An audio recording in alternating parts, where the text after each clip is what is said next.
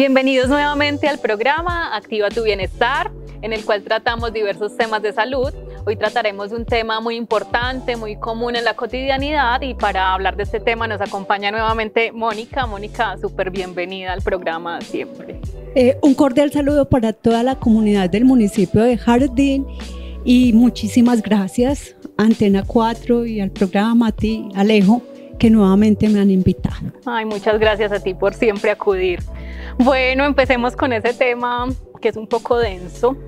¿Qué son los celos, Mónica? Bueno, vea, los celos y la infidelidad se pueden hablar desde muchas perspectivas. Yo voy a tratar pues como de darle un enfoque desde mi experiencia, desde los procesos que he vivido y desde un enfoque pues como teórico específico, porque es un tema realmente muy amplio. Bueno, los celos son como un malestar emocional muy intenso que puede sentir una persona en el ejercicio de su vida afectiva en pareja, y que lo que realmente implican los celos es querer dominar a la otra persona, ¿sí? Es sentirse que es dueño de esa persona, es sentir que le pertenece y es controlarla, vigilarla, y a través como de un malestar absolutamente intenso. Se pierde la tranquilidad para ambos. Absolutamente. Generalmente los celos lo que empiezan es a generar una dinámica de malestar, una dinámica de ansiedad, de angustia, de vigilar.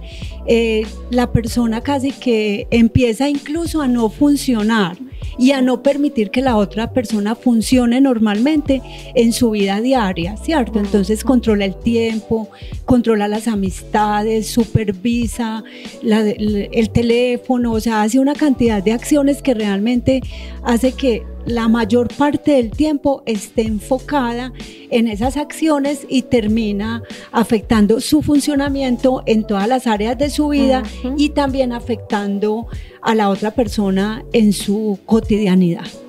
Bueno, y podríamos diferenciar los celos. Hay unos celos que son más patológicos, digamos, con el problema es más grande, y digamos unos celos más comunes, más normales, por así decirlo, dentro de la relación. Sí, a ver, eso es un poco difícil de definir, porque realmente ¿qué es la normalidad?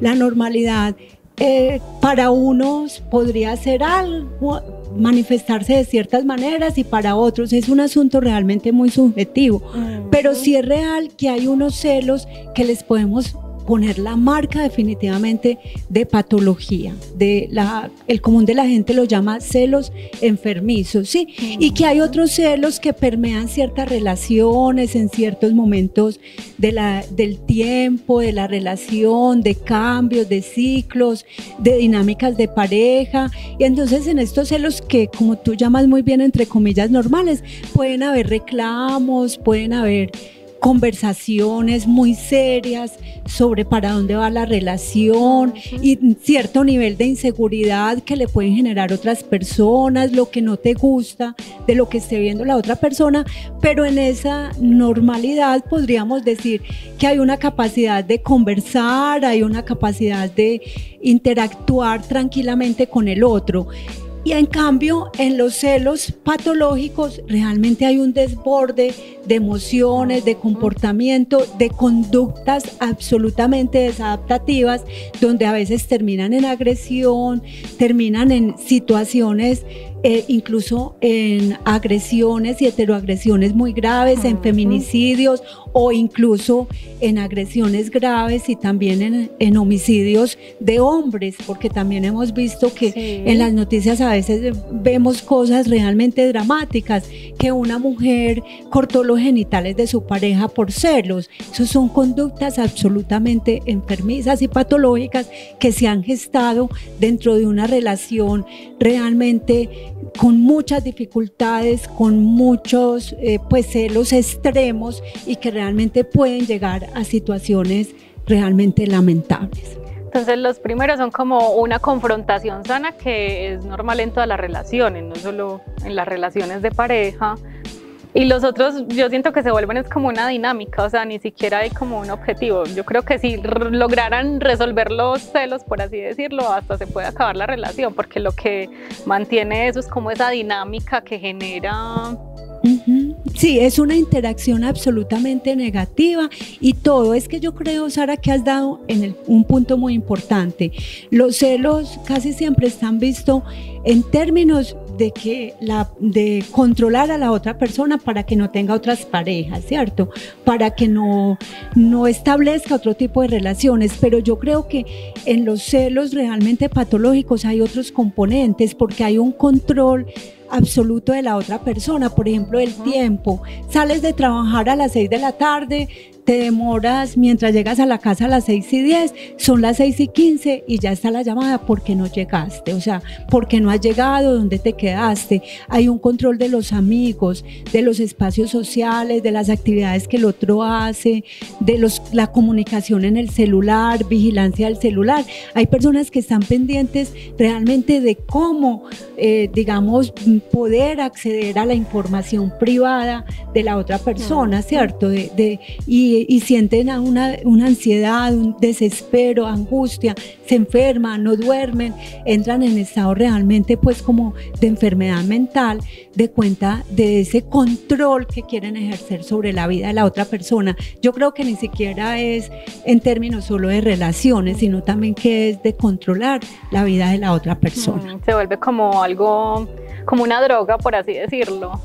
Sí, podría caber el término de adicción, a creer que a una dependencia de la otra persona y que solo pueden estar felices, pero realmente hay como un sabotaje, hay un autoengaño, porque entonces en terapia, por ejemplo, encontramos mucho la queja de los pacientes. Mi esposa me cela, me vigila, me controla el tiempo, pero yo llego a la casa y estoy ahí y no hay un espacio de calidad. O sea, la persona realmente no está contenta con que su pareja esté en la casa, porque entonces ya empieza a molestar porque está viendo televisión, porque está cansado, porque no hace lo que ella quiera. Entonces yo creo que los celos realmente son un control excesivo y total y desbordado de la vida de la otra persona. Entonces, bueno, pensando en eso, los celos son una problemática, por así decirlo, pero está hablando de unos problemas subyacentes. Sí, señora, en general los celos tienen de fondo muchas situaciones como particulares, ¿cierto? Y muchísimas. Hoy acá en el programa solo vamos a tocar algunas, ¿sí? Por ejemplo, los celos pueden traer unos antecedentes de familia, también de infidelidades, de historias de vida marcadas, desde procesos donde los niños se sintieron abandonados, se sintieron rechazados y muchas veces vivieron ese patrón de infidelidad, por ejemplo, y de maltrato entre sus padres. Entonces, una niña que crece con el referente del padre, que el padre es el que le está mostrando cómo ser pareja, cómo se ama, el papá y la mamá juntos le están mostrando un camino. Entonces, cuando hay ese problema de infidelidad y no ha sido pues como trabajado, elaborado, sanado en esa persona que le tocó vivirlo en su casa, lo que hace es que va a repetir esos patrones o lleva esa carga de inseguridad a sus relaciones de pareja. O sea, si mi papá me mostró este camino, que los hombres son así, y si es una mujer suele decir esas expresiones, es que todos los hombres son iguales, unos pensamientos totalmente distorsionados e irracionales, y termina realmente proyectando en su pareja todas esas vivencias que vivió de los padres. Hay otra teoría que habla de la repetición de las historias afectivas, ¿cierto?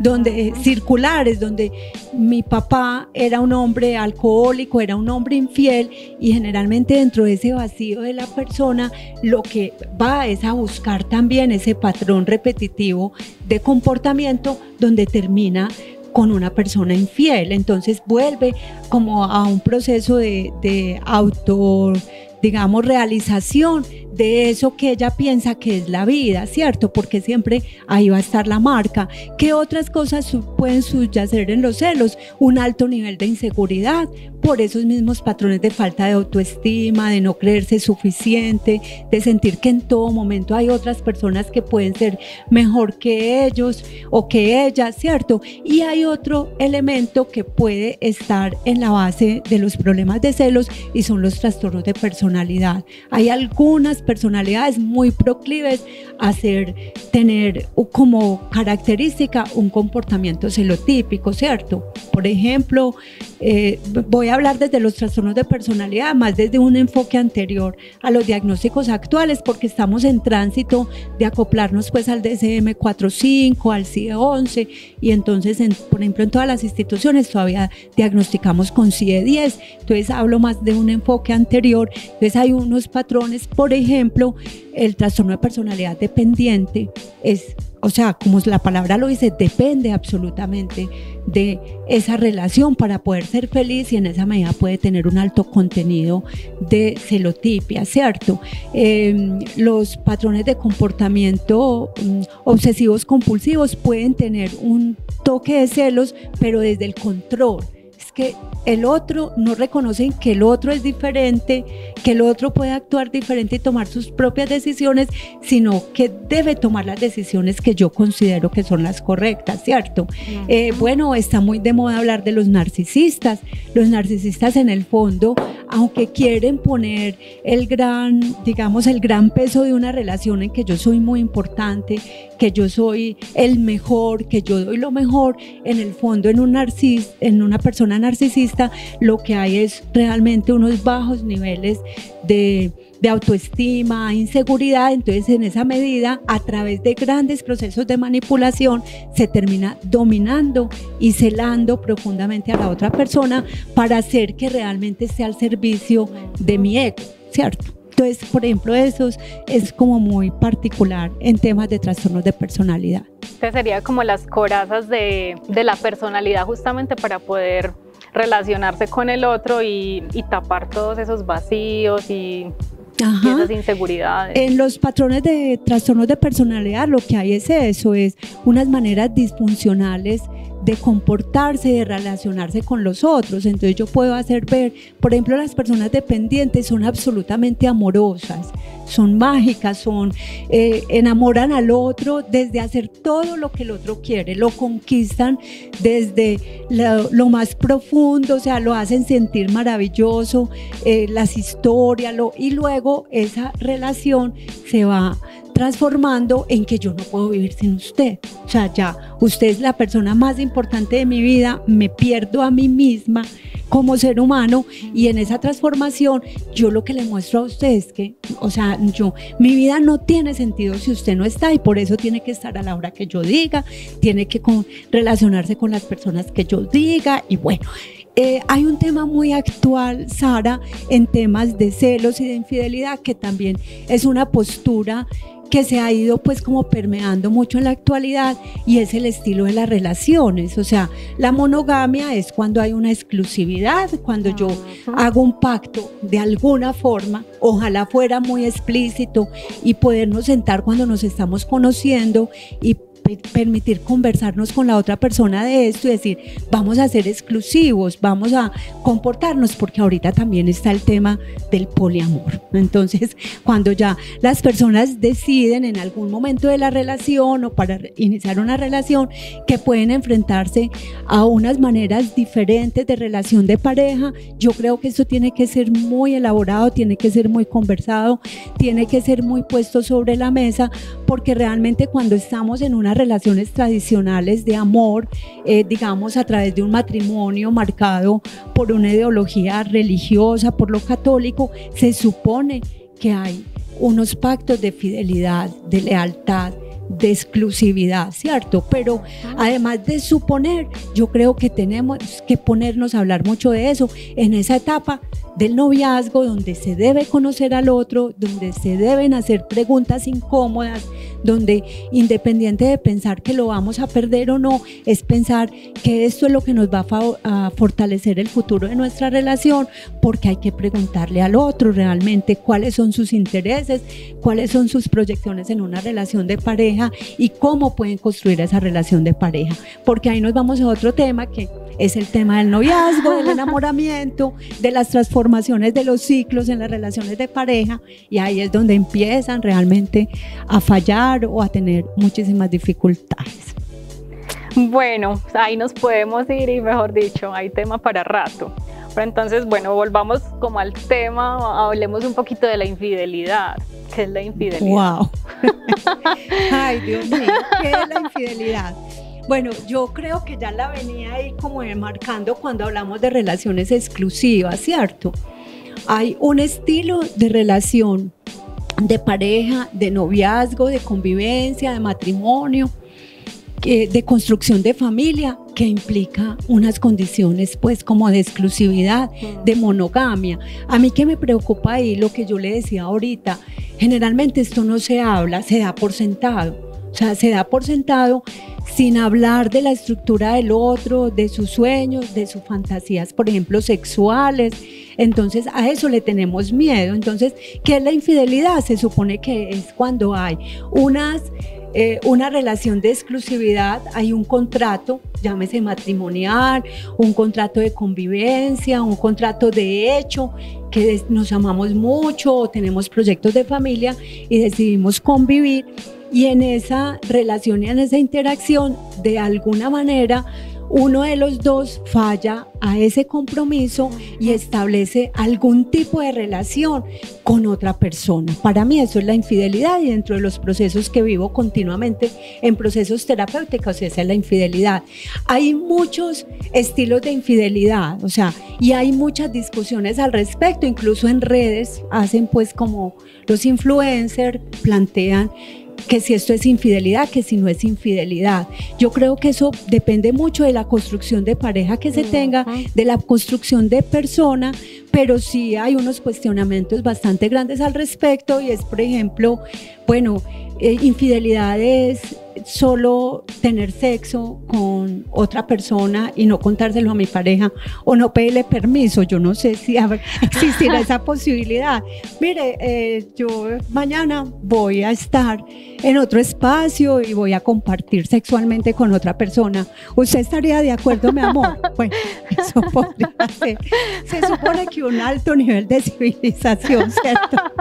Entonces, pero también podemos poner como en cuestionamiento otro tipo de comportamiento. O sea, puede que usted no tenga relaciones sexuales con otra persona, pero sienta que a esta persona la ama, o está en la comodidad, está en la zona de confort, pero que hay otra por ahí en el trabajo, en el parque, en algún lugar que le está robando el corazón, ¿cierto? Que la quiere ver, que quiere compartir con ella, que no tienen de pronto algún contacto todavía sexual y muy profundo, pero que ya hay abrazos, ya hay miradas, ya hay mensajes, empieza a haber como una conexión desde la dependencia. Y generalmente cuando ocurre eso en esa dinámica de pareja, hablo de las mujeres en específico, tienen como una gran intuición. Las mujeres a veces sienten, cuando no son celos anormales, sienten que hay cambios en su pareja, ¿cierto? De algún tipo. Hay hombres que yo he escuchado incluso en terapia que dicen, ¿cierto? Dicen, no, hay que hacerle sentir a las mujeres que están locas, ¿cierto? Así me vean, así vean el mensaje, yo les digo que están locas, que eso no es así, ¿cierto? Y entonces hay una cantidad de marcas sociales. Y hay otro tipo de infidelidades. A estos días había una discusión en redes que preguntaban, el solo hecho de mandar mensajes todos los días, de saludar a la otra persona, de que haya un saludo especial, la necesidad de decirle a una compañera que cómo amaneció, que cómo está, y empezar a establecer ese vínculo ya y ocultarlo a su pareja y a su esposa, ahí ya hay infidelidad. Eso cada quien lo tendría que responder de alguna manera, pero yo creo que sí es cuando se establece algún tipo de relación profunda en términos sexuales, en términos de amor, de compromiso, de entrega, de alguna manera de robar esto que yo tengo construido y sin confesarlo, robar, digamos, incluso dinero, porque si aquí hay una economía familiar y una dinámica familiar y yo ya empiezo a invitar a la otra pareja a un restaurante, a darle regalos costosos, yo ya estoy dañando y llevándome de aquí esa energía y todo eso que vivíamos aquí, ¿cierto? Entonces mira que realmente es un asunto bastante complejo. Hay otras complejidades en este asunto, y es cuando hay familias alternas y ninguna de las dos sabe. O sea, el típico señor que viaja y tiene 2 lugares establecidos y se parece que su dinámica laboral es viajar, pero resulta que viajar es estar en un lugar con una familia donde tiene hijos y en otro lugar con otra y nunca las confronta, no saben que existen hasta que ocurre algo realmente desafortunado para él. Yo digo que afortunado para las personas que están siendo pues como engañadas y a quien se les ha ocultado esa información y se destapa el gran secreto. Y bueno, esa es otra palabrita que va junto a la infidelidad, que es un secreto que yo no le confieso al otro, que yo no le digo y que trato de ocultar por todos los medios. Entonces mira, Sara, realmente como todos los componentes que podríamos considerar en el tema de la infidelidad. Como la imposibilidad de ser sincero también como con uno mismo y con el otro y hacer pues como de actuar consecuentemente con lo que uno quiere. Esto nos enseñaron como culturalmente y a través de esas novelas tan trágicas y todos esos dramas a comportarse de esa manera, por así decirlo. Exacto, yo simplemente digo que primero hay un asunto que tiene que ver con la construcción de las relaciones de pareja, los cambios en el tiempo, los cambios en las dinámicas y en las relaciones. O sea, no es un hecho pues de juzgar al otro, porque generalmente hay una responsabilidad en esas dinámicas que tiene que ver con los dos, ¿cierto? Pero también pienso que más que mostrarle al otro mi secreto, cada quien debería ser muy consciente de qué es lo que quiere, de qué es lo que espera de una relación y ser valiente, o sea, tener la valentía en algún momento de saber realmente cuál es el límite para terminar una relación, para